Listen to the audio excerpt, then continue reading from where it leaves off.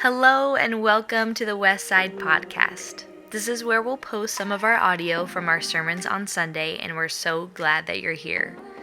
West Side's purpose is to behold the glory of God and become the people God made us to be as we belong to God and one another. We hope you enjoy, and thanks for tuning in.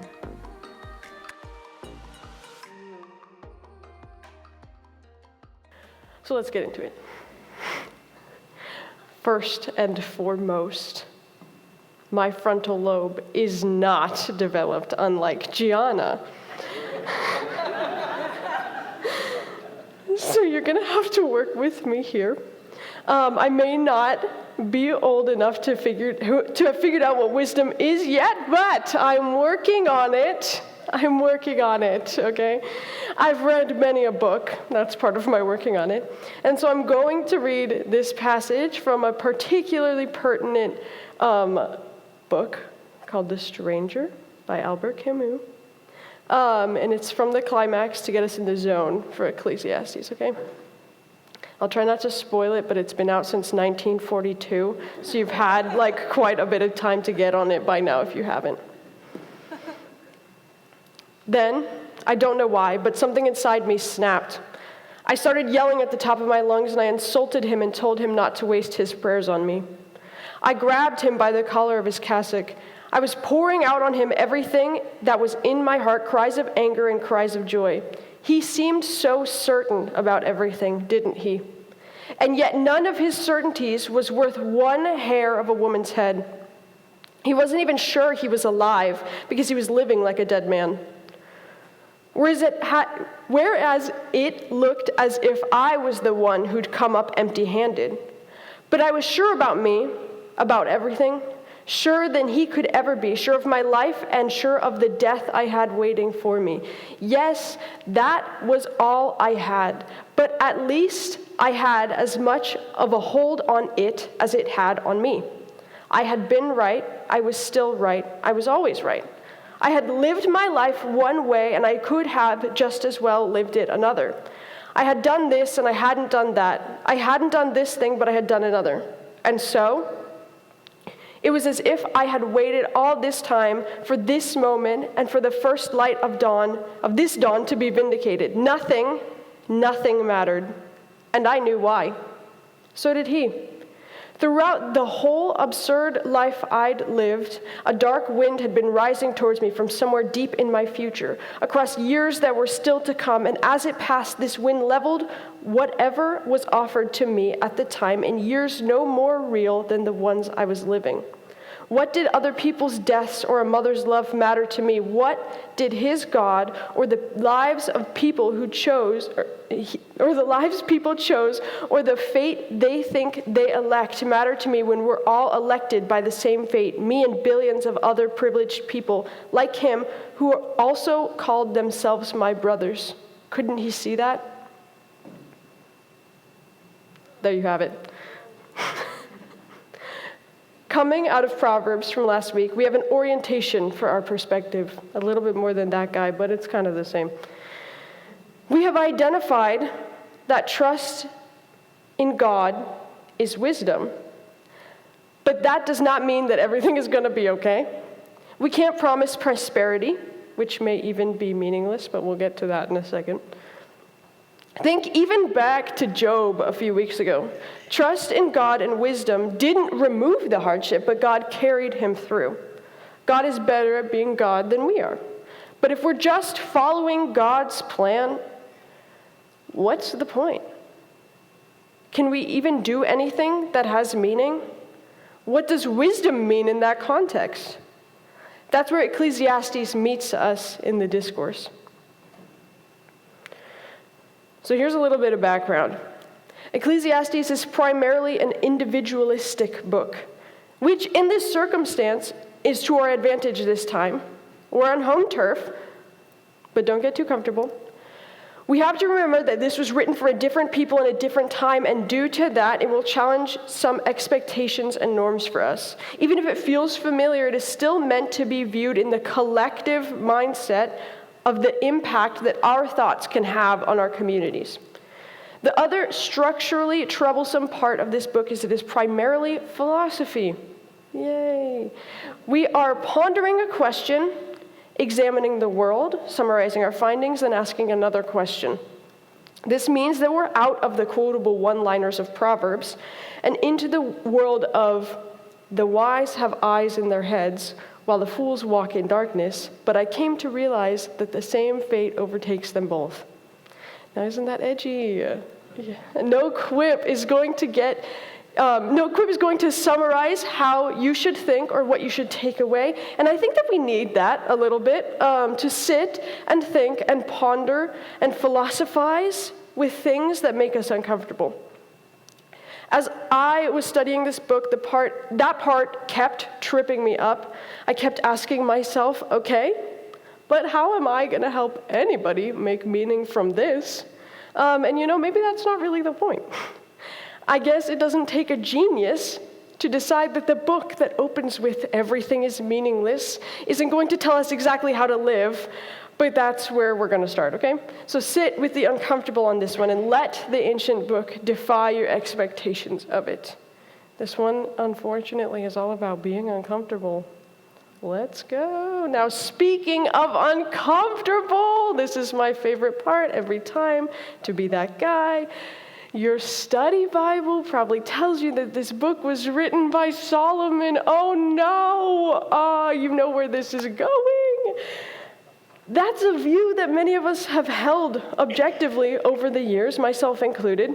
But the Bible, being so ancient and so translated, means that there is a healthy amount of discourse to be had over any authorship, and I think that is the kind of discourse that is of the same mind as the author of Ecclesiastes. Now, Susan, may she rest in peace, she is not dead, she just moved to Spokane,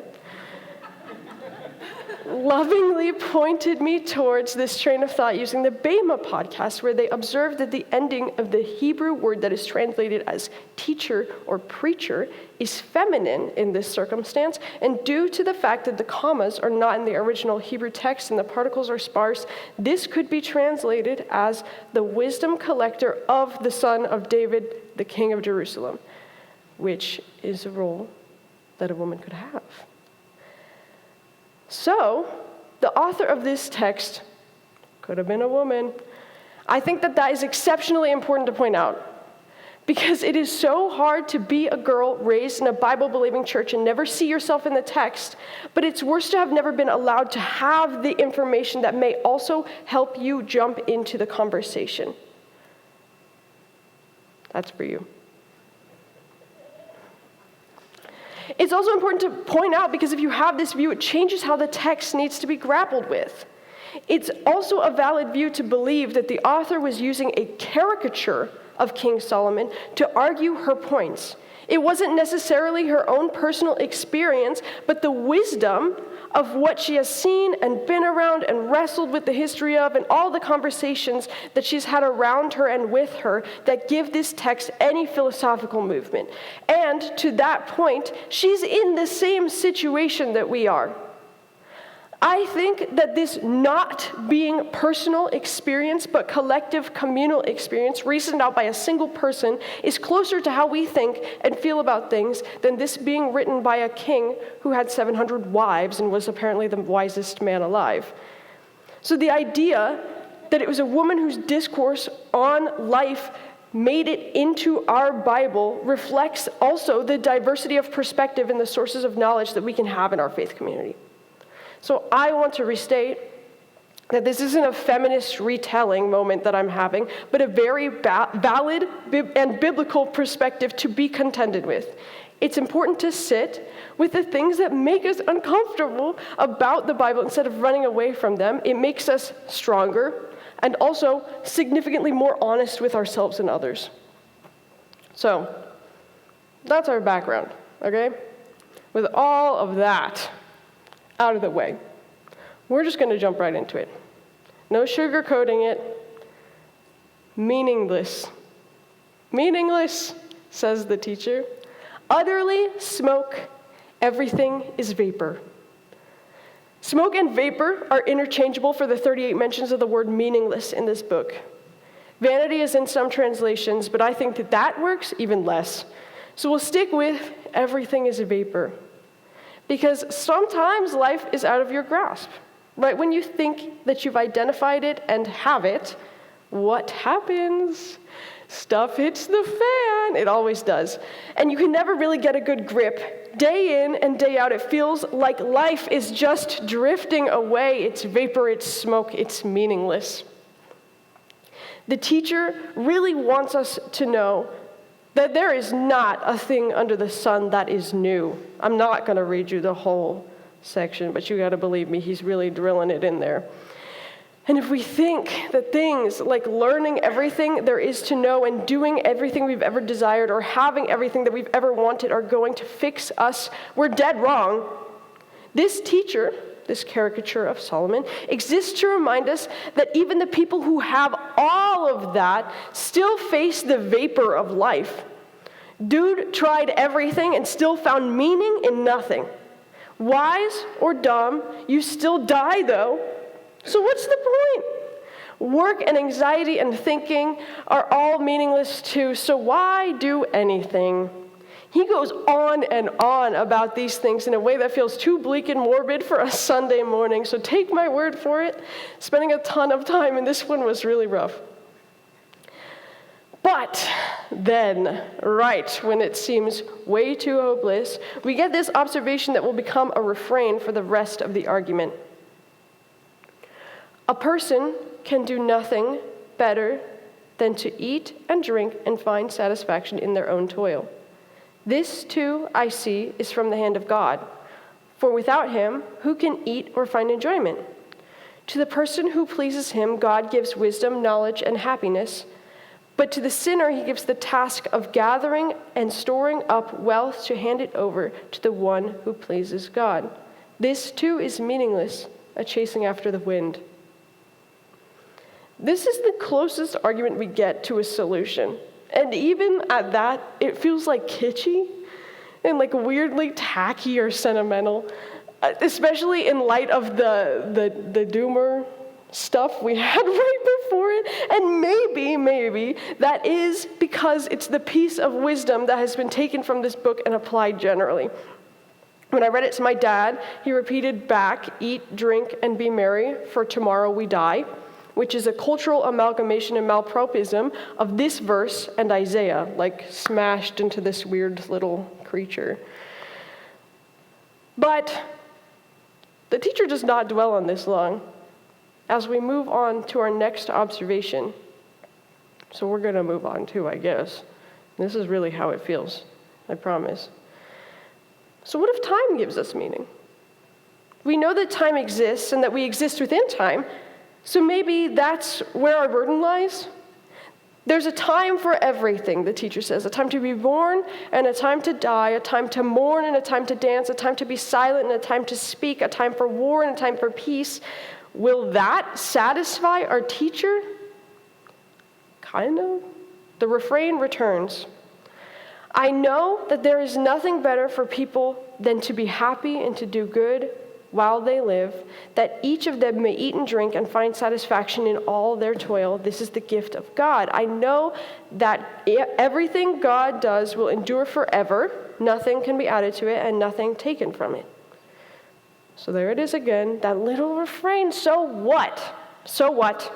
Everything about this book is a so what. So what? I have seen that nothing is better than that man should be happy with his activities, for that is his lot. For who will bring him to see what will occur after him? I think this is the first time that we get what I'm identifying as step one in our what to do with Ecclesiastes. So that step one is you have to accept the reality of your life. If we pretend that things aren't as they actually are, we are unable to get anywhere.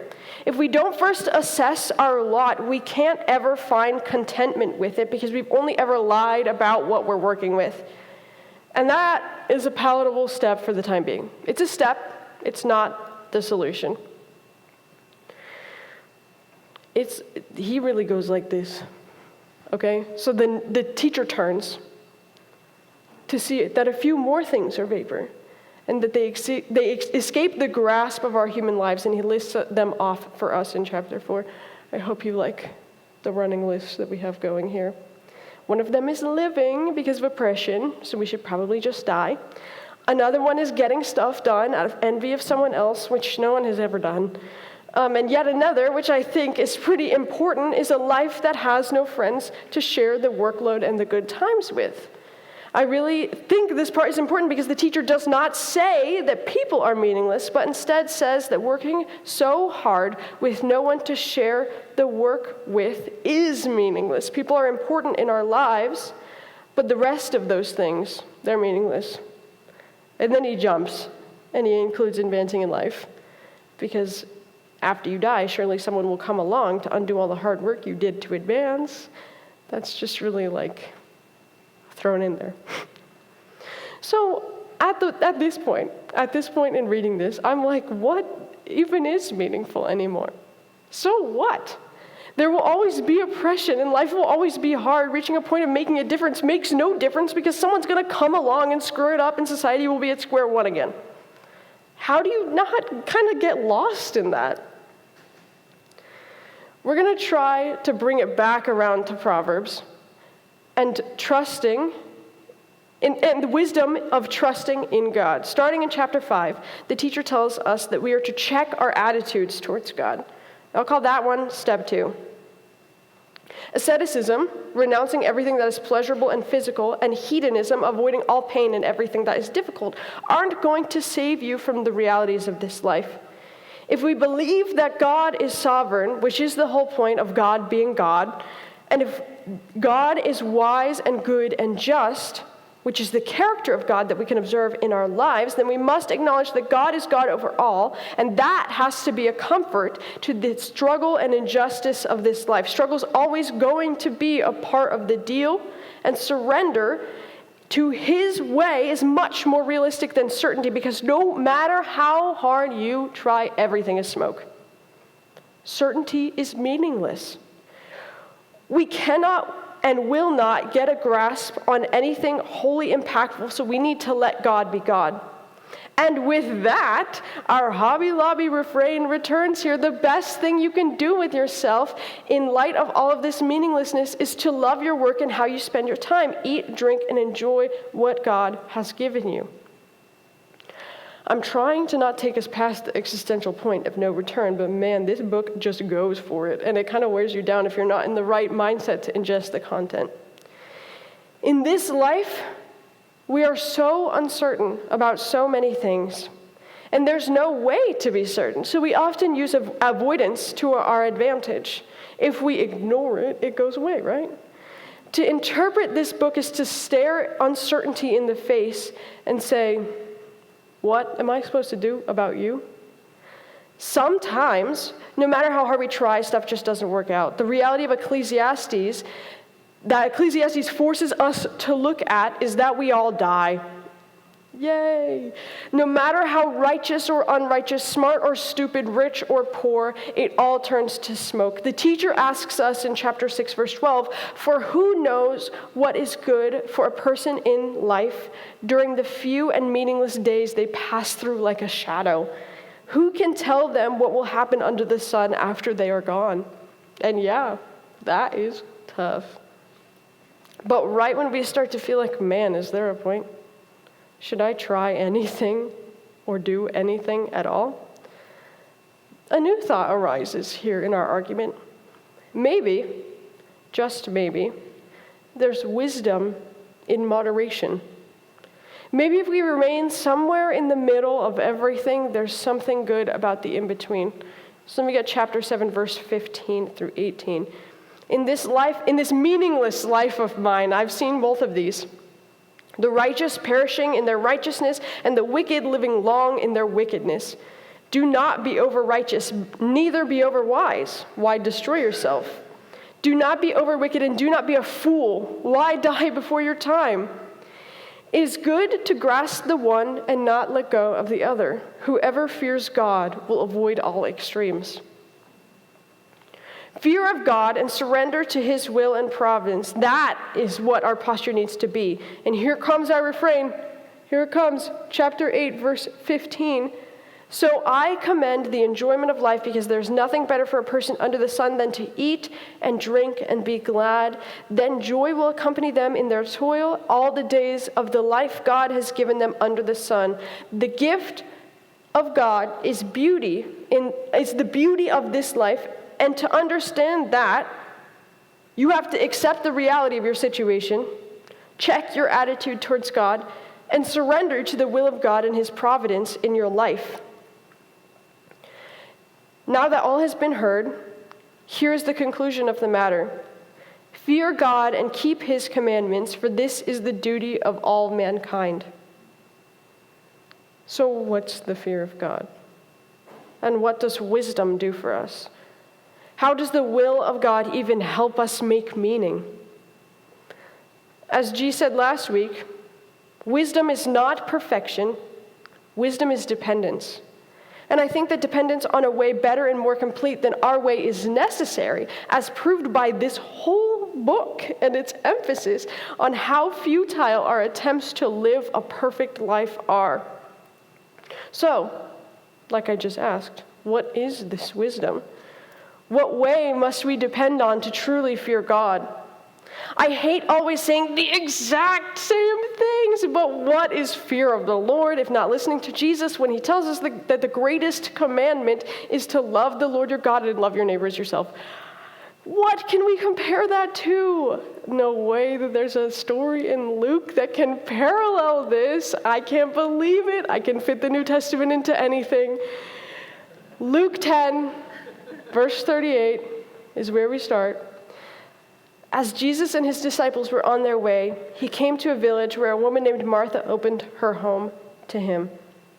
She had a sister called Mary, who sat at the Lord's feet listening to what He said. But Martha was distracted by all the preparations that had to be made. She came to Him and asked, "Lord, don't you care that my sister has left me to do all the work by myself? Tell her to help me." "Martha, Martha," the Lord answered, "you are worried and upset about many things, but few things are needed. Or indeed only one. Mary has chosen what is better, and it will not be taken from her." You work so hard, but do you enjoy it? Do you take the time to invest in the one life God has given you, in the beautiful things that He has embedded it with? When was the last time that you ate and drank and enjoyed a moment with your friends?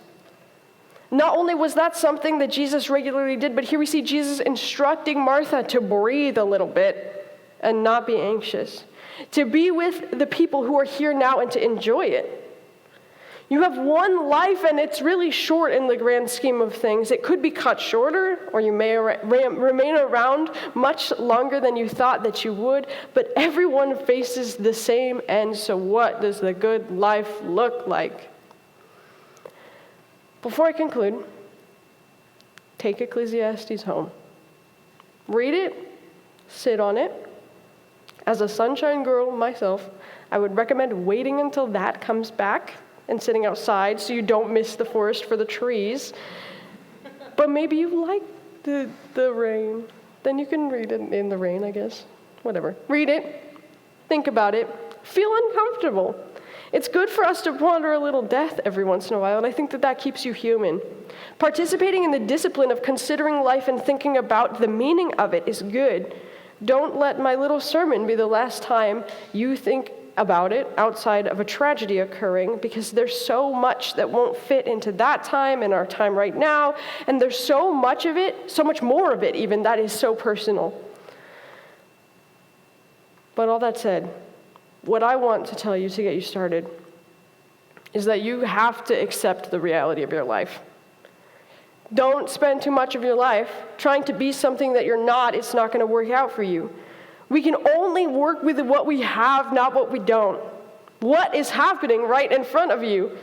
Check your attitude before God. Are you being earnest? Are you seeking Him? Are you trying to be certain? Or are you trying to be devoted and enthusiastic? Only His wisdom will guide you on how to spend your days, and knowing everything is just not possible. Surrender to the will and provision of God, and that really just includes loving what you do and who you're doing it with. Life may not be okay all of the time, but you need to try and enjoy it at least.